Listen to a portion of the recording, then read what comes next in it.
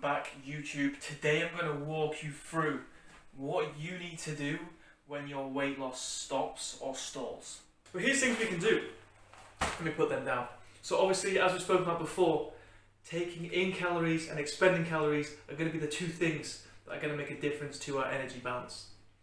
If that energy balance has gone from being in a deficit to now less of a deficit, or back to that maintenance, or that sort of neutral balance, we then need to make adjustments to that intake or that expenditure once again to create this deficit. We've probably all been there, okay? You've been going through your fat loss goal, progress has been going really well, all of a sudden it starts to slow down or completely stops, right? And in that instance, if we don't know how to then get the ball rolling again to continue with that fat loss that we're after, we're going to get very frustrated and we're going to get very annoyed as to how we can't continue to see this progress, okay?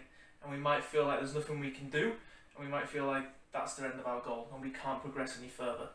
But we can, and I'm going to walk you through right now, through this video, how we can continue with a fat loss response when it stops or slows down. Okay, now, before we get to what we need to do when our weight loss stops, there's a couple of things we need to understand to make this make sense. That makes sense.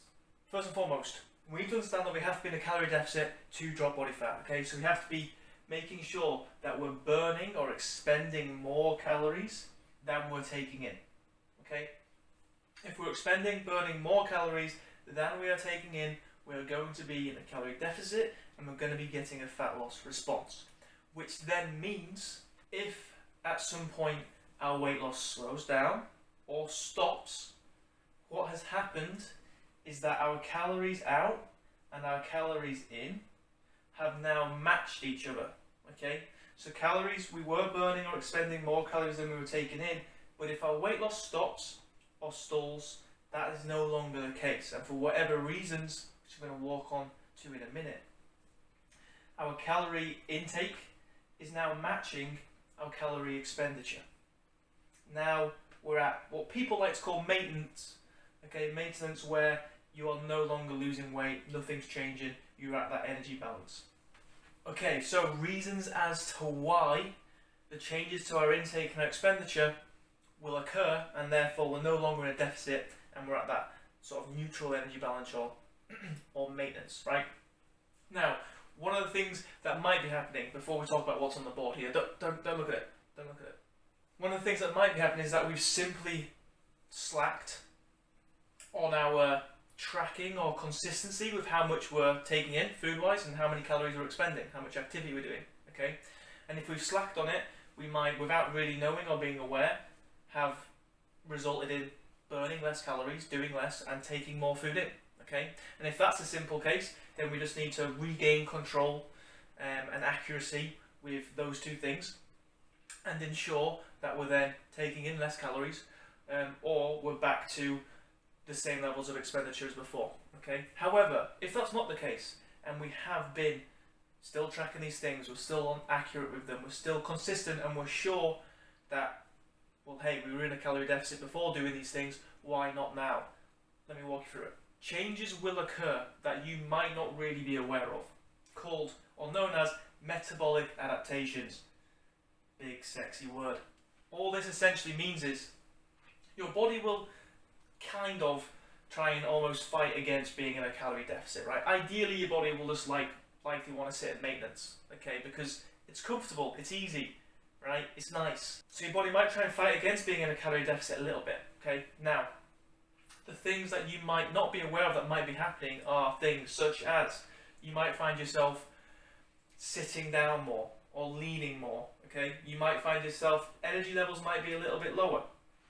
You might not be walking as much, you might not be getting as many steps in. Again, this is why being accurate, making sure we're tracking it, is very beneficial. Those might sound like small things, but over the course of a week, that can accumulate quite a few calories, and that could be making a difference.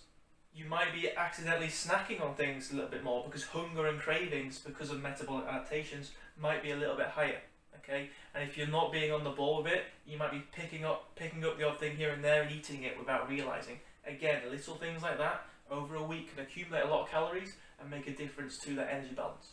As your weight drops, over time because you've been in a fat loss phase, okay? So let's say you're now 10 kilograms lighter.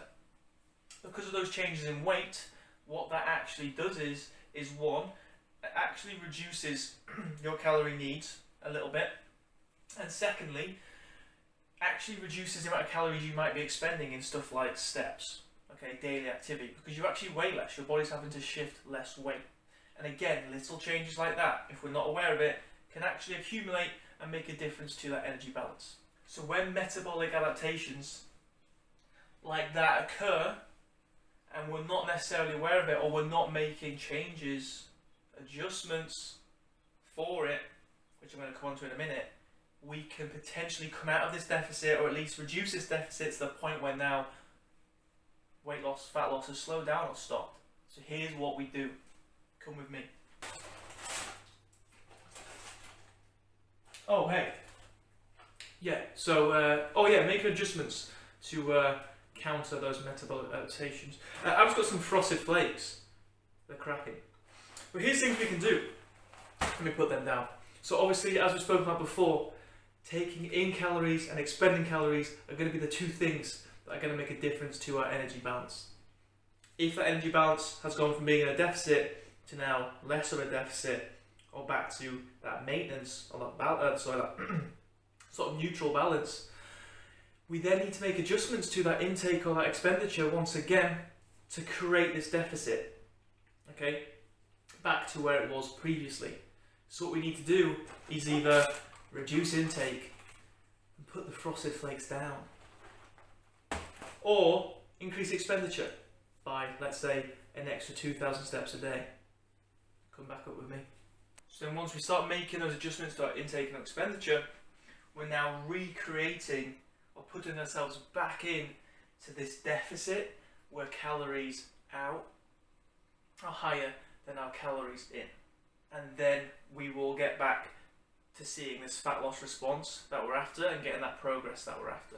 And just a quick note to finish, this might happen a few times, okay? Especially if you've got a long sort of fat loss goal or journey, or you've got a lot of weight to lose, you might have to make these adjustments a few times throughout that process, okay?